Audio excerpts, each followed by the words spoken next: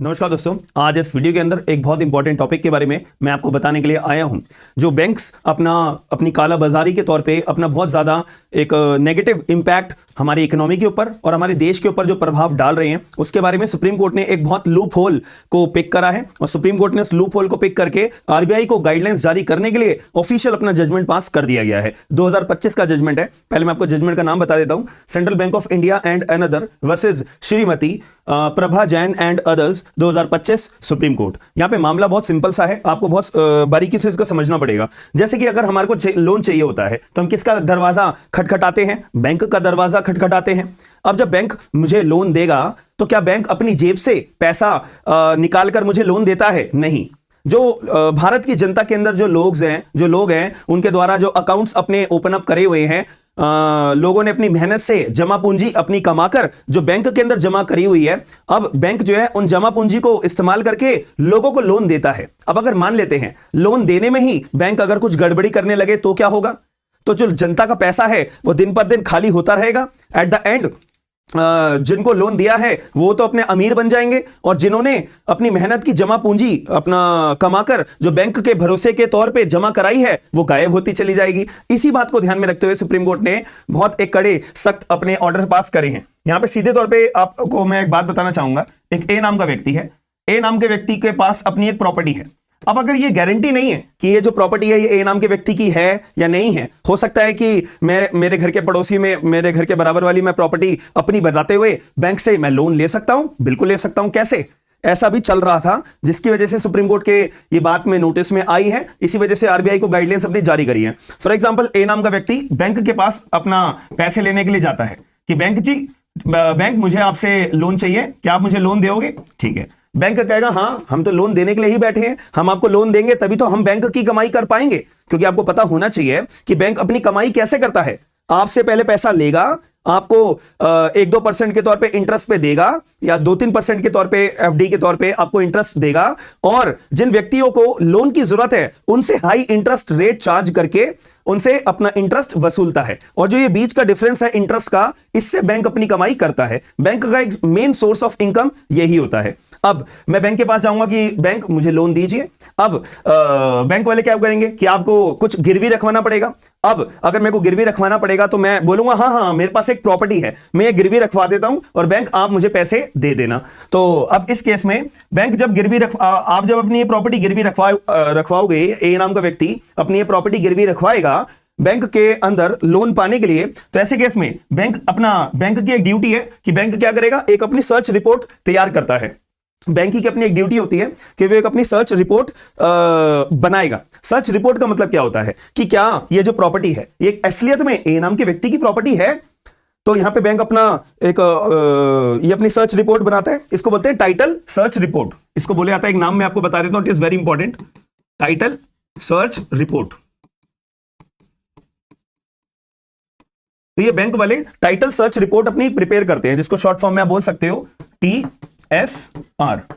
अब ये TSR का मतलब क्या होता है कि बैंक वाले अब अपना ऑफिशियल्स अपना भेजेंगे कि जाओ आप जो है ए नाम के व्यक्ति की जो प्रॉपर्टी है उसकी रेकी करके आओ, चेक करके आओ कि एक्चुअल में ए नाम के व्यक्ति की प्रॉपर्टी है, असलियत में ए नाम का व्यक्ति ओनर है, असलियत में जो प्रॉपर्टी है इसके ऊपर कोई लोन तो नहीं चल रहा है, इस प्रॉपर्टी के ऊपर और कोई तरह का अपना उधारी या मॉर्गेज या लीज या किसी और व्यक्ति का टाइटल का डिस्प्यूट या कोर्ट में कोई केस या कोई और तरह से लोन तो नहीं ले रखा है। अगर ले रखा है तो ये सारी डिटेल्स आप एक टाइटल सर्च रिपोर्ट बनाकर एक प्रिपेयर करिए। तो यहां पे बैंक का एक अधिकारी, मैं बैंक का एक ऑफिशियल बोल सकता हूं।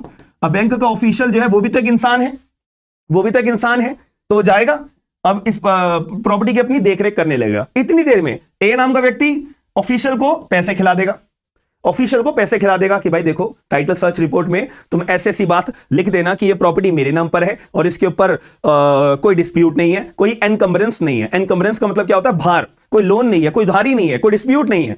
ठीक है, तो ऐसा लिखकर टाइटल सर्च रिपोर्ट में तुम डाल दो ताकि टाइटल सर्च रिपोर्ट के आधार पे मेरे को लोन मिल जाएगा। अब एक बात बताओ कि ये जो प्रॉपर्टी है इसका असली ओनर ए नाम का व्यक्ति है या नहीं है? अब ये क्लियरली पता नहीं है, लेकिन बैंक ऑफिशियल ने ए नाम के व्यक्ति से पैसे खाकर अपना टाइटल सर्च रिपोर्ट के अंदर ये लिख दिया कि हाँ भाई इस प्रॉपर्टी का ओनर कौन है? ए नाम का व्यक्ति है। ओके है।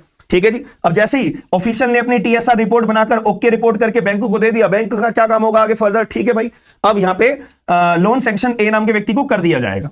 अब जैसे ही ए नाम के व्यक्ति के पास लोन आ जाएगा तो उसके बाद चुकाने की बारी आएगी। अब ए नाम का व्यक्ति बैंक वालों के सामने हाथ खड़े कर देगा, मेरे पास तो पैसे है ही नहीं, क्योंकि ये पैसा लेकर अपने कहीं और इन्वेस्ट कर दे या कोई भी और अदर चीजों में इन्वेस्ट करके अपना पैसा गायब कर दे।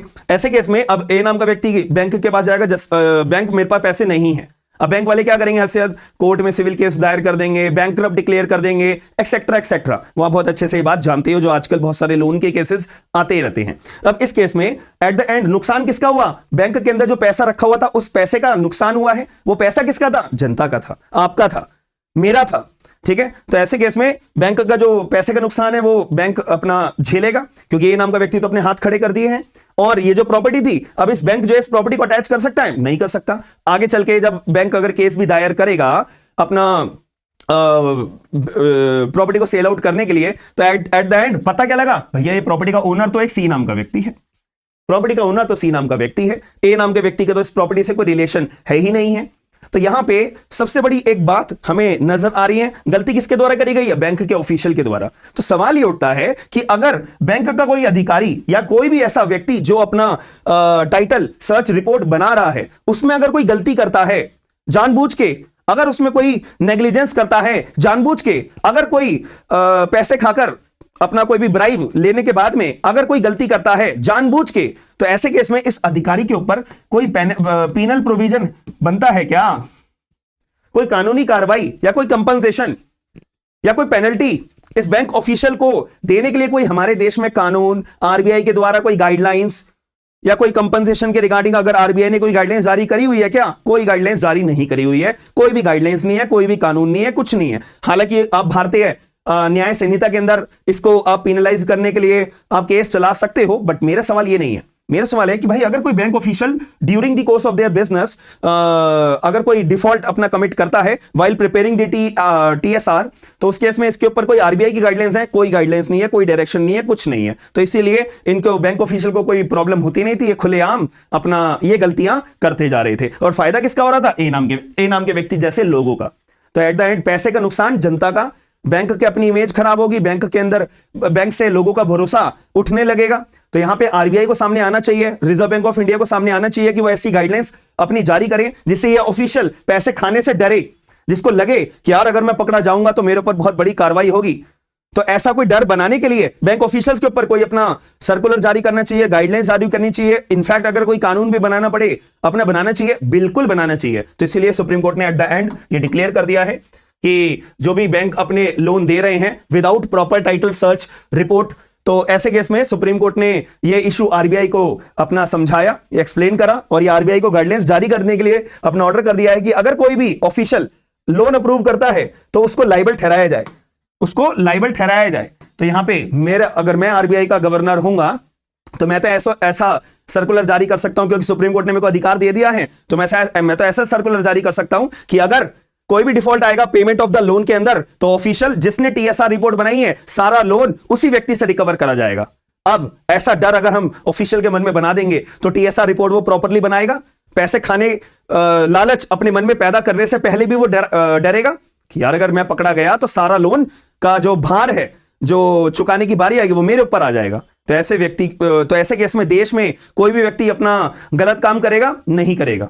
तो ऐसा सुप्रीम कोर्ट ऑफ इंडिया ने आरबीआई को गाइडलाइंस करी है। 2025 का केस है, ठीक है। 2016 से अपने अपील चल रही थी। एट द एंड 2025 में सुप्रीम कोर्ट ऑफ इंडिया ने अभी रिसेंटली इस केस को डिसाइड करके फाइनली कंक्लूड करा है कि आरबीआई आप ऐसी गाइडलाइंस जारी करिए कि जो भी अधिकारी अपना लोन अप्रूव करता है, टीएसआर रिपोर्ट बनाता है और उसमें कोई गलती निकलती है तो उसको लायबल ठहराया जाएगा, वो व्यक्ति लायबल होगा। याद रखना मेरी बात। तो आई होप आपको जो वीडियो के अंदर मैंने कंप्लीट एक काला बाजारी अपनी बैंक की जो चल रही है, बैंक के ऑफिशियल्स के द्वारा चल रही है लोन ग्रांट करते दौरान, और ये आपको पता होगा, ये आपको समझ में आया होगा। और एक टीएसआर रिपोर्ट में मैंने आपको बताया कि टाइटल सर्च रिपोर्ट का मतलब क्या होता है, ये आपको बहुत क्लियर रूप से मैंने आपको समझाने की कोशिश करी है। तब आपका क्या पॉइंट ऑफ व्यू है कमेंट बॉक्स के रिगार्डिंग कि आरबीआई को अपने क्या क्या गाइडलाइंस जारी करनी चाहिए, ताकि जो बैंक हैं, जो लोन अप्रूव कर रहे हैं, जो टीएसआर रिपोर्ट बना रहे हैं, वो अगर गलती करते हैं तो आपको क्या लगता है कि क्या क्या गाइडलाइंस के अंदर मेंशन रेलेवेंट पॉइंट्स मेंशन करने चाहिए आरबीआई को।